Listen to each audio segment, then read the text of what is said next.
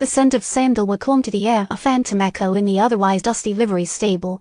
Jedediah Stone now, ignoring the grime coating his trousers, and examined the blood stains on the floor. They're meticulous, almost too clean for a brawl. Professional, he thought, a familiar weight settling in his gut.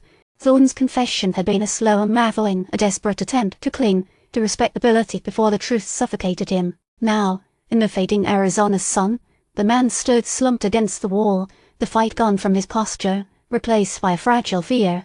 He paid a man, Thorne mumbled, his voice raspy, avoiding Jed's gaze. A drifter, just to warn Silas. Tell him to be careful. Careful of what, Elias? Jed pressed, his voice low and steady. He's seen men break under less pressure. Thorne swallowed hard, his Adam's apple bobbing nervously. Silas, he was poking around, in things he shouldn't. Business dealings. What kind of dealings? The man hesitated, a tremor running through his frame. Opium, coming from New Orleans. Silas was planning on exposing something. Jedediah's mind raced. Opium. New Orleans. This was deeper than a simple feud. Exposing what, exactly? Who was involved? Thorne wrung his hands, his eyes darting around the stable as if searching for an escape. I don't know. He wouldn't tell me. Just that it involved people of influence. Clem, the young deputy, shifted uneasily beside Jed. Marshal, should we take him to the jail? Let him talk, Clem, Jed said, his focus unwavering. He needed to understand the scope of this. He's already confessed to hiring someone to threaten Blackwood.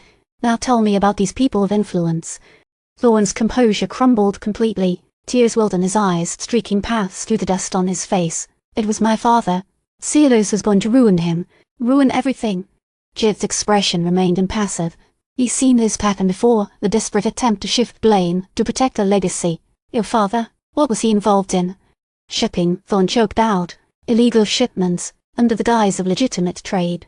He buried his face in his hands. I tried to tell him to stop, but he wouldn't listen. And Silas was going to expose him? Yes, Thorne sobbed. He had proof. Letters. Records.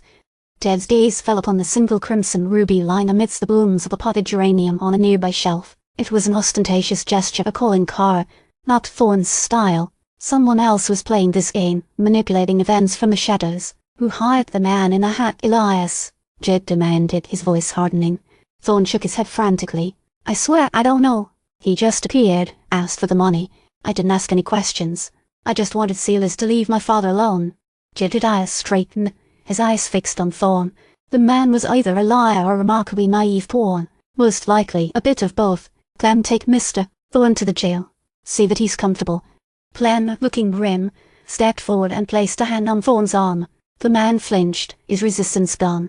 As they led him away, Jedediah watched the scent of sandalwood lingering in the air, a persistent reminder of the unseen hand guiding these events. He knelt again, examining the ruby, a mocking symbol, a threat. He stood, brushing dust from his trousers. He needed to find this man in the hat, and he needed to understand the full extent of the conspiracy that reached far beyond the borders of Copper Canyon. The New Orleans connection was key. He knew men in New Orleans, men who dealt in shadows, men who knew how to make problems disappear. He walked out of the livery stable, the setting sun casting long shadows across the dusty ground. The weight of responsibility settled upon him.